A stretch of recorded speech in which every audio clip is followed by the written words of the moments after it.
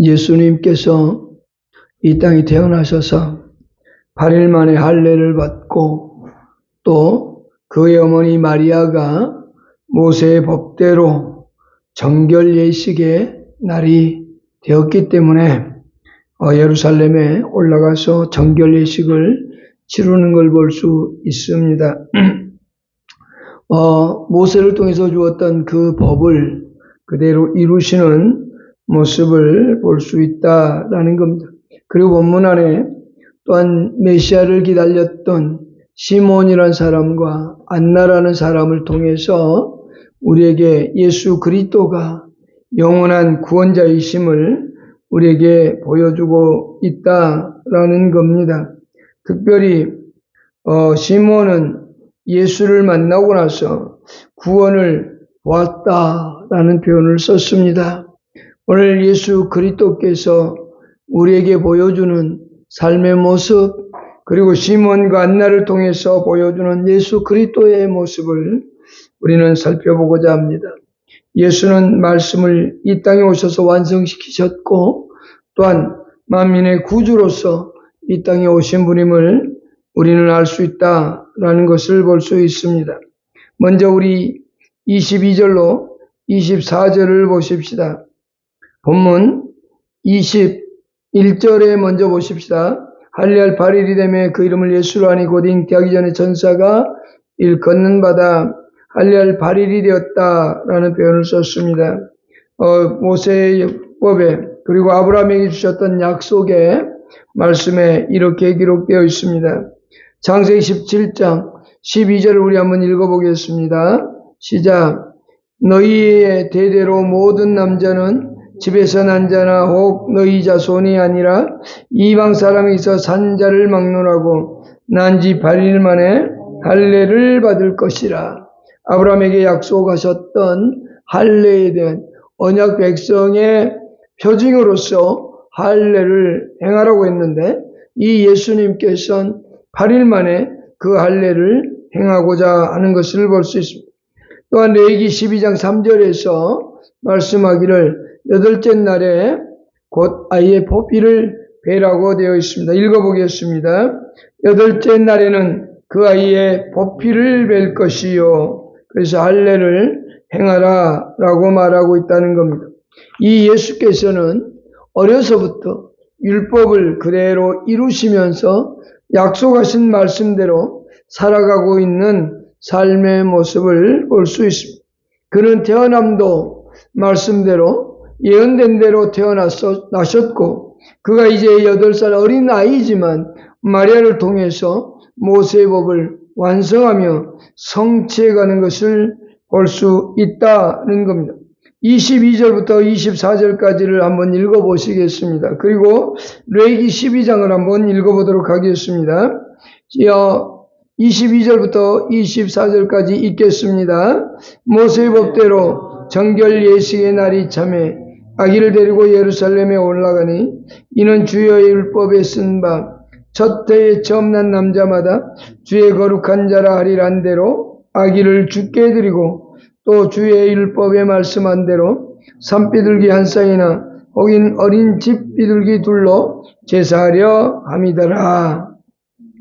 이 정결 예식이 레위기 12장 1절로 8절에 기록되어 있는데 이 말씀을 그대로 이 마리아가 실천하고 있고 어린 예수가 그대로 다 이루고 있는 것을 볼 수 있습니다. 레위기 12장 1절로 8절을 좀 길지만 천천히 읽어보도록 하겠습니다. 읽겠습니다. 여호와께서 모세에게 말씀하여 이르시되 이스라엘 자손에게 말하여 이르라. 여인이 임신하여 남자를 낳으면 그는 이래 동안 부정하리니 곧 월경할 때와 같이 부정할 것이며 8째 날에는 그 아이의 보비를 뵐 것이요 그 여인은 아직도 33일을 지나야 산열이 깨끗하려니 정결하게 되는 기한이 차기 전에는 성물을 만지지도 말며 성소에 들어가지도 말 것이며 여자를 낳으면 그는 2일 동안 부정하리니 월경할 때와 같을 것이며 산열이 깨끗하게 되면 66일을 지내야 하리라. 아들이나 딸이나 정결하게 되는 기한이 차면 그 여인은 번제를 위하여 1년 된 어린 양을 가지고 속죄제를 위하여 집비둘기 새끼나 산비둘기를 해망문 제사장으로 가져갈 것이요 제사장은 그것을 여호와 앞에 드려서 그 여인을 위하여 속죄할지니 그리하면 산열이 깨끗하리라. 이는 아들이나 딸을 생산한 여인에게 대한 규례니라. 그 여인이 어린 양을 바치기에 힘이 미치지 못하면 산비둘기 2마리나 집비둘기 새끼 2마리를 가져다가 하나는 번제로 하나는 속죄제물로 삼을 것이요 제사장은 그를 위하여 속죄할지니 그가 정결하리라. 이 어린 예수는 하나님께서 약속하셨던 그 율법대로 그렇게 하나님 앞에 드려지고 또 마리아가 정결 예식에 참여하고 있는 모습을 볼 수 있습니다. 그러면서 하나님께 첫 아들로서 속죄하고 하나님께 드려지고 있는 모습을 그렇게 보여주고 있습니다. 이렇게 행하고 있는 것은 뭐냐? 예수는 율법 아래 오신 분임을 그대로 설명해 주고 있다는 겁니다. 성경은 메시아가 율법 아래서 태어나서 이 땅에 오셔서 그 율법을 완성하신다고 말씀하셨고 또 예수님께서 내가 이 땅에 온 것은 율법을 폐하려 온 것이 아니라 완전하게 또 완성하게 하기 위해서 이 땅에 오셨다고 말씀을 해주고 있으십니다. 그러므로 레위기 12장에 있는 말씀대로 마리아와 예수는 하나님의 법대로 행하고 있는 것을 볼 수 있습니다.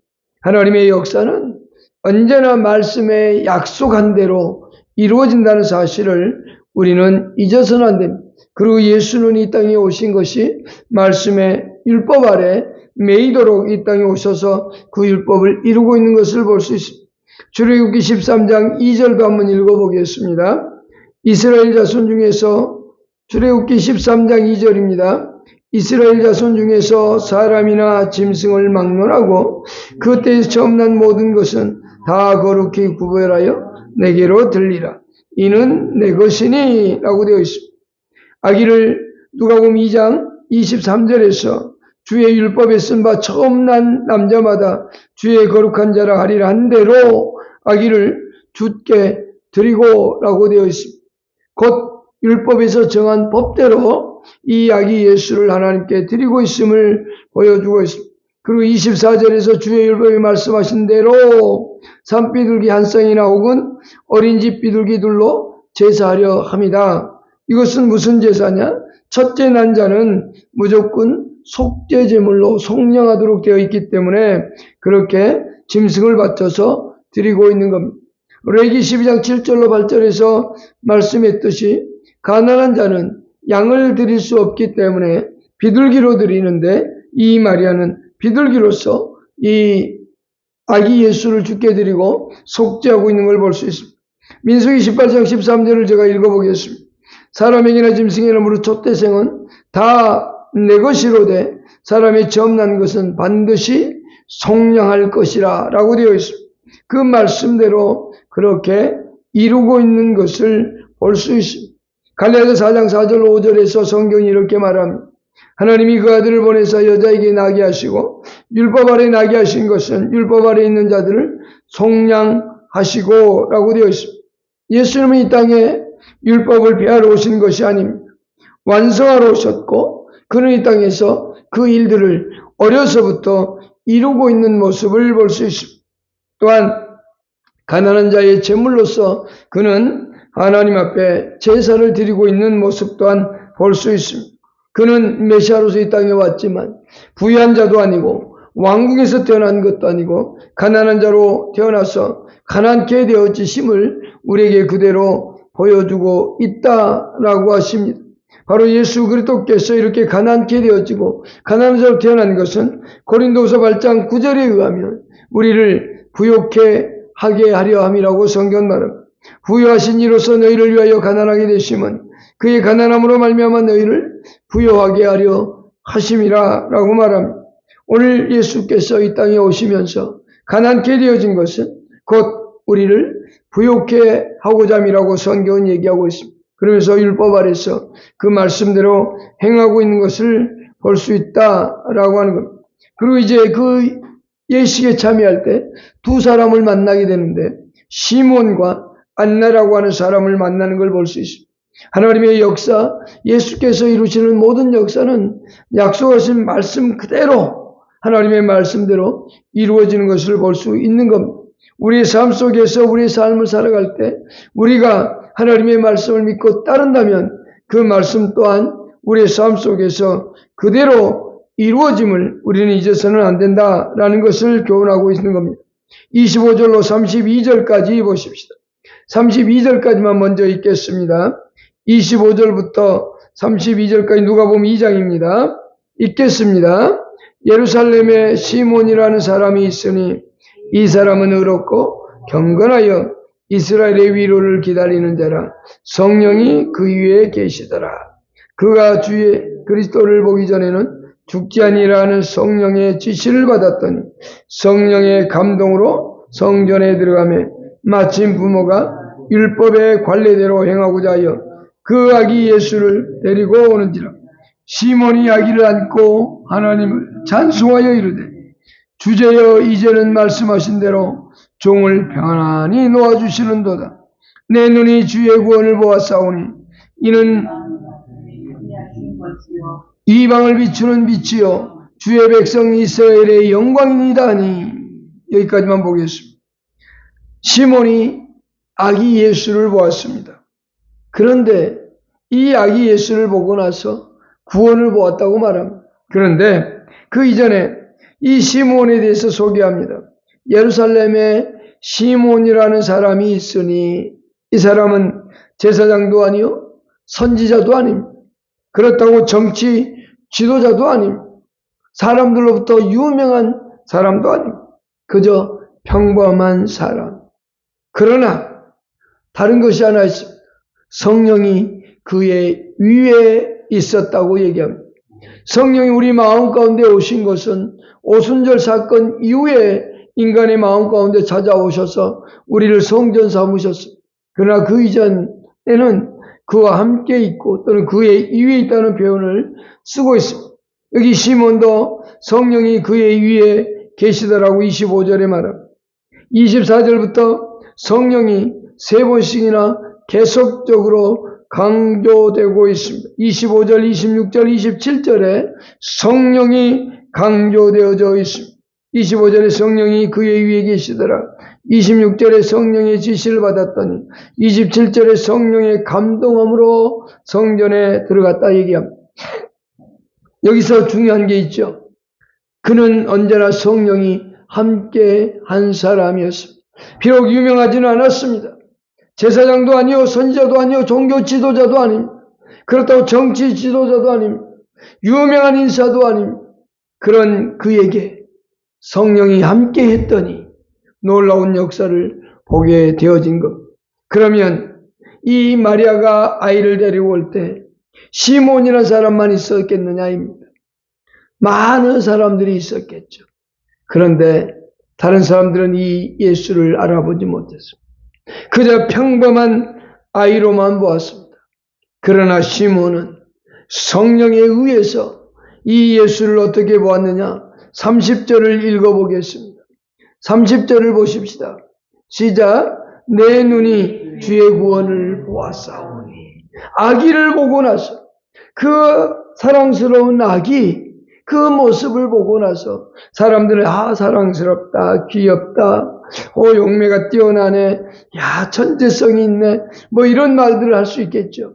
근데 이 시몬은 무엇을 보았느냐? 예수가 구원자이심을 보았던 것. 성령의 가장 강력한 역사가 있다면 그것은 예수를 구원자로 받아들이게 하는 역사입니다.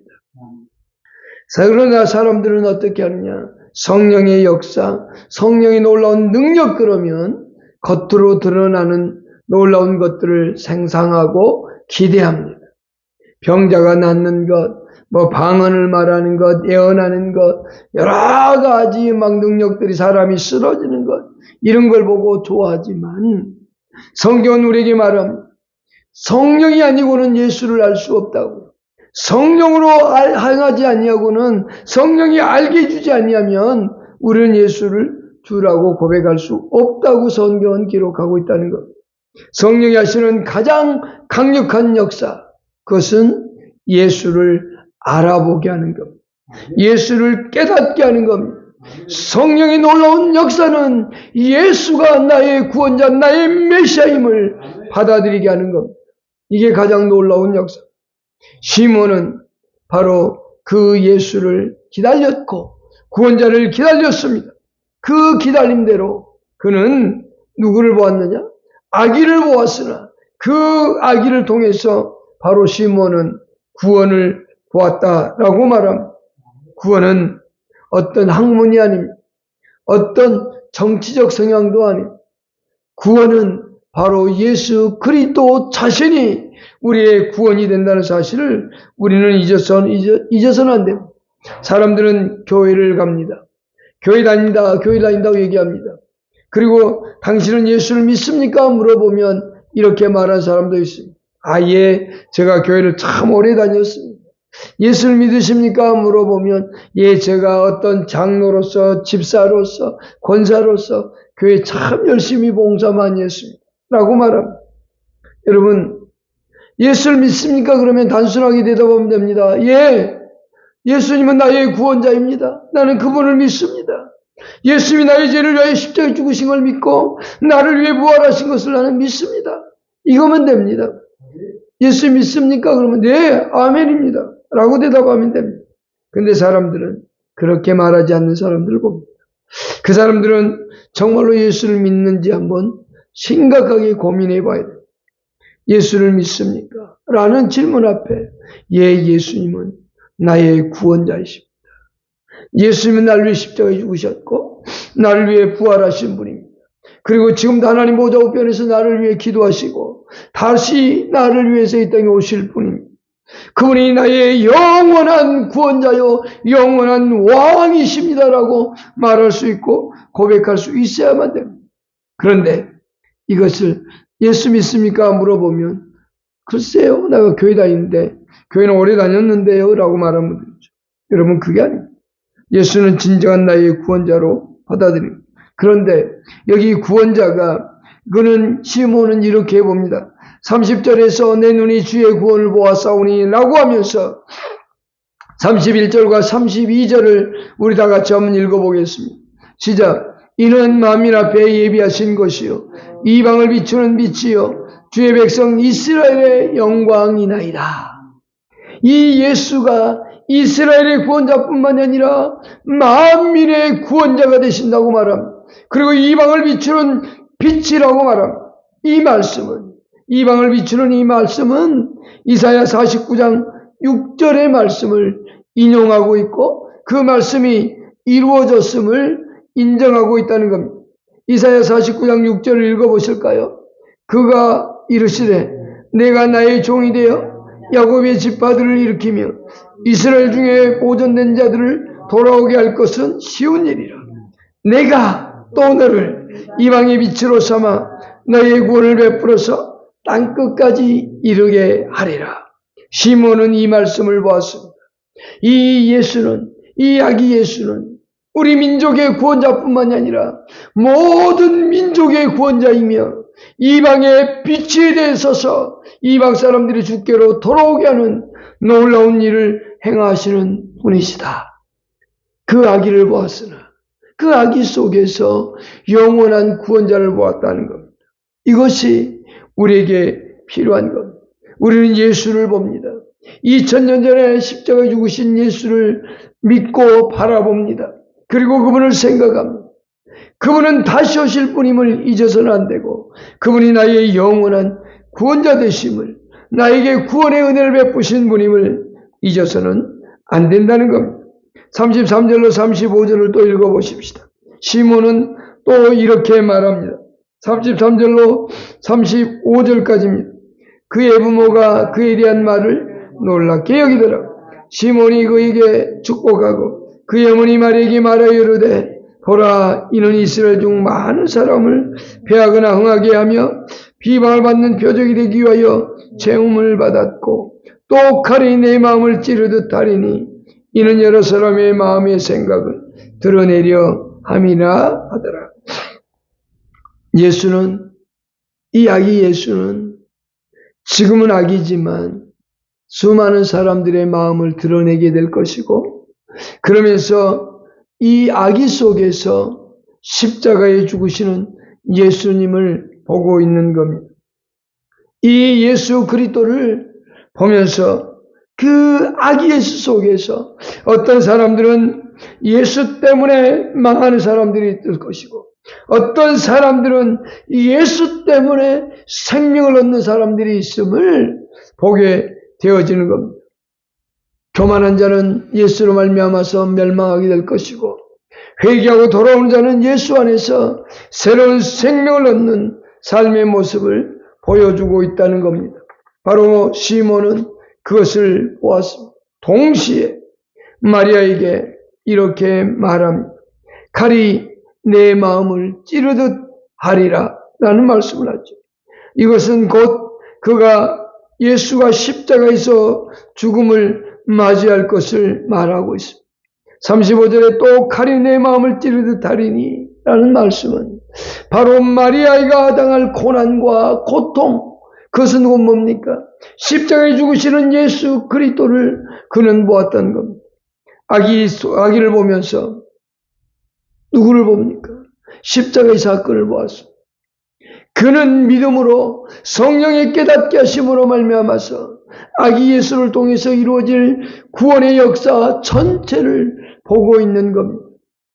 우리는 성경이라는 이 하나님의 말씀을 통해서, 또한 성령이 우리 가운데 계셔서 우리에게 예수를 알게 해줄 때, 예수가 창세기부터 시작되어진 구원의 역사, 구속의 역사를 이루신 분이요 영원한 구원자심을 우리는 믿게 되는 겁니다.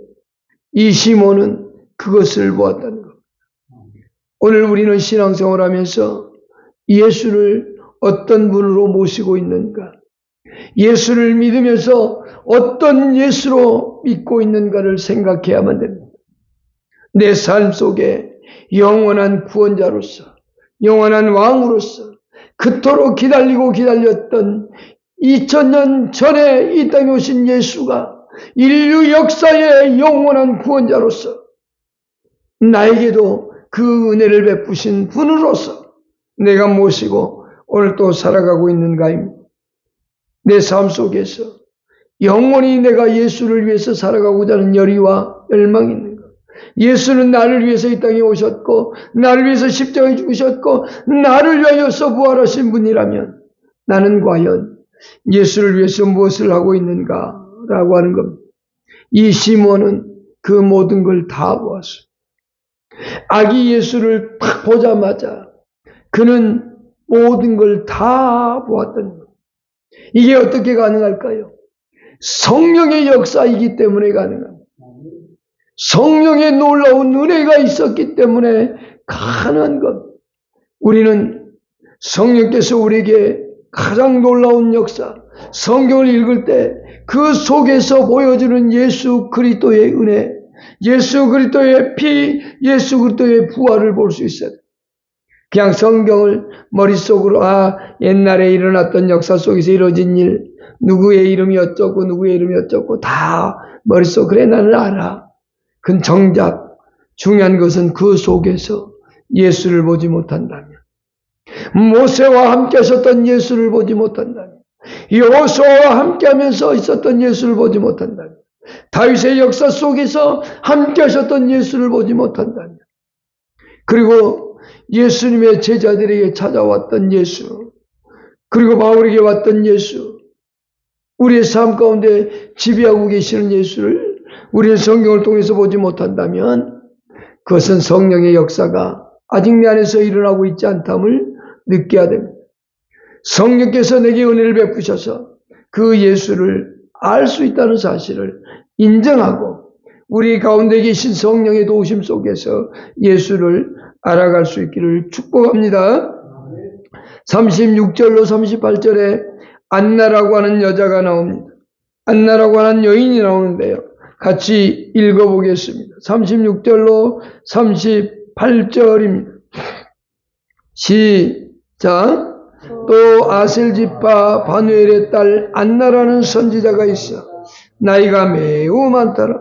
그가 결혼한 후 7해 동안 남편과 함께 살다가 가부가 되고 84세가 되었다.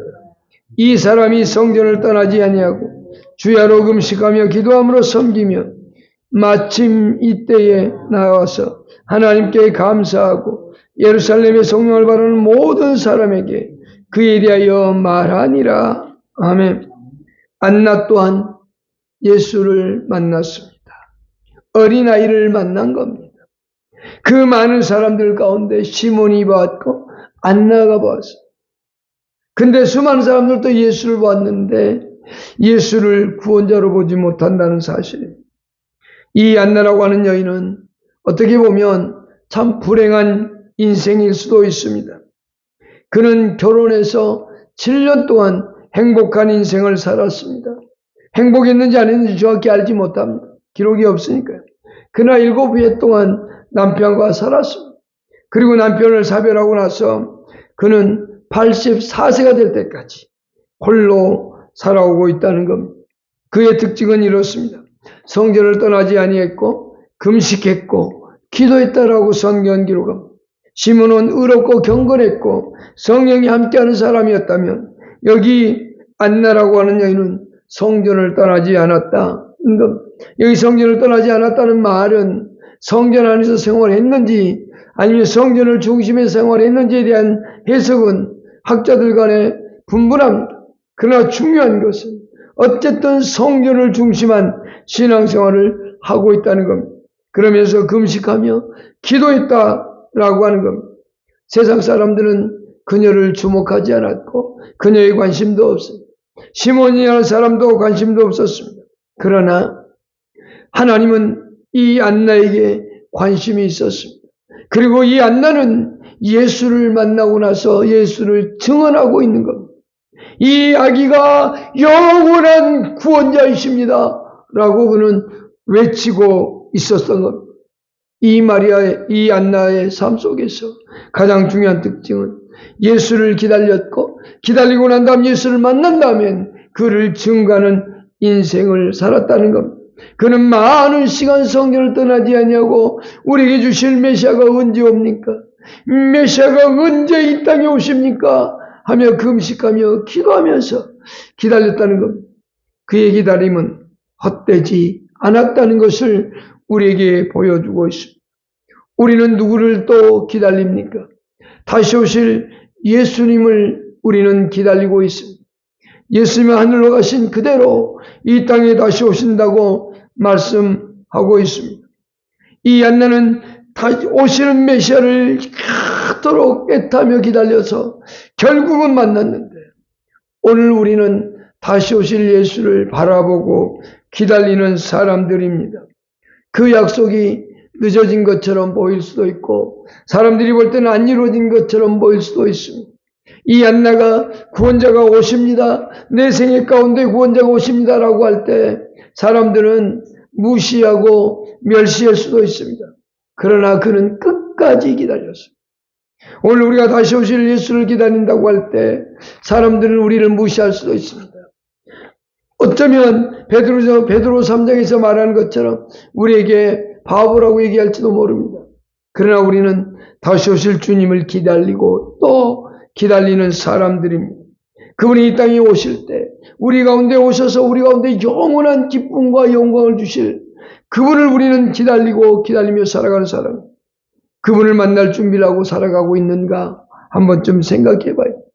이 안나라고 하는 여인은 오시는 메시아를 만나기 위하여 금식하며 기다렸듯이 우리는 다시 오실 예수님을 바라보고 기다리는 사람.